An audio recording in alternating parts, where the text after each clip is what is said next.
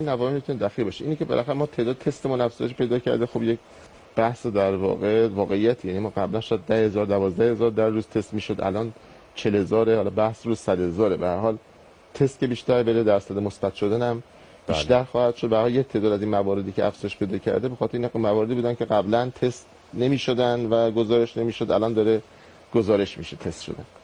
در مورد جهش ویروس، خب ویروس جهشی داره، این ثابت شده است که توی در واقع ایتالیا و اینا جهش پیدا کرده. تو ایران هم ظاهرا یه در واقع سکانسی کردن، اون جهش رو پیدا کردن که اون بیماریزایی ویروس رو بیشتر کرده. حالا واقعا آیا اون بیماریزایی بیشترش باعث این افزایش موارد شهید شده، اونم هنوز باز لحاظ علمی ثابت نشده.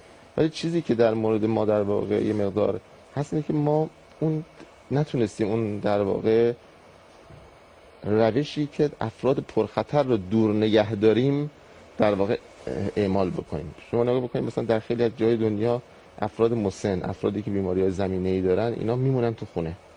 بیرون نمیرن. شاید جووناشون، سن کارشون در واقع اینا میرن بیرون، ولی ما نتونستیم این کارو بکنیم. برای همین شما الان میبینید که بازم میانگین مرگ و میر ما در سنای بالاست، یعنی بالای 60 65 سال و کسانی که بیماری‌های زمینه‌ای دارن.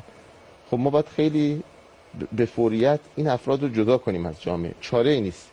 یعنی شما یک فردی که مثلا سن بالا داره، دیابت داره، فشار خون داره، بیماری قلبی داره، خب این فرد خیلی پرخطر هست. اگر این فرد بیاد در جامعه و دچار کرونا بشه، 100% خب در کل جامعه متاسفانه مرگ و میر بالا خواهد رفت. این همین اتفاقی که الان داره برای ما میفته. این حرف درستیه که ما بیایم حالا سطح سن رو جدا بکنیم. من اینو از زبان آقای دکتر هریچی همینجا شنیدم، آقای دکتر مردانی عزیز و جناب عالی و دیگر دوست. واقعیت اینه که این جدا کردن چطور باید اتفاق بیفته آقای دکتر؟ در مقیاس عملیاتی چیکار باید کرد؟ ببینید راه‌های مختلفی رو کشور دنیا پیش رفتن. مثلا یکیش این بود که کسانی که بیماری زمینه‌ای دارن دورکاری کنن. مثلا این کارمند بانک دیابت داره، فشار خون داره، خب این تو کارنامه پزشکیش هست دیگه. این کارمند باید بفرستی برای دورکاری. این نمیتونه بذاری جلوی باجه در مواجهه افراد قرار بگیره، بره میگیره و شدید میشه و عامل انتقال میشه.